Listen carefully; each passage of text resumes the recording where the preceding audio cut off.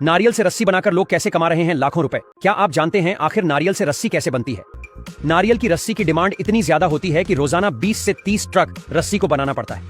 और नारियल की सबसे ज्यादा खेती इंडिया में केरल और हैदराबाद में होती है। शुरुआत में सबसे पहले इन तैयार हो चुके नारियल को पेड़ों से तोड़ लिया जाता है और इनको जमा कर लिया, और जो नारियल थोड़े कच्चे होते हैं उनको धूप में सूखा लिया जाता है।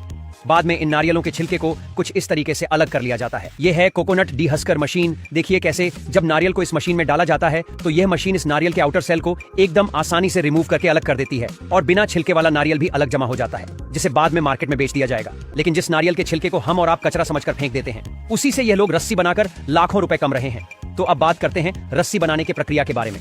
इस फैक्ट्री के बाहर नारियल के छिलकों का पहाड़ तैयार है। अब सबसे पहले तो इन छिलकों को उठाकर फैक्ट्री में लगे इस कन्वेयर पर डाल दिया जाता है, जो कि इन छिलकों को ग्राइंड करके इसका रेशेदार भूसा तैयार कर देती है। और अब फिर से एक बार इन सूखे हुए भूसों को कन्वेयर पर डाला जाता है, जो कि आगे जाकर इस जालीदार रोटेटिंग ड्रम में चला जाता है, और इन भूसों में से महीन और छोटे छोटे टुकड़ों को छानकर अलग कर देती है, और इसका गट्ठर बनाकर इसे रस्सी बनाने वाली फैक्ट्रियों तक पहुंचा दिया जाता है।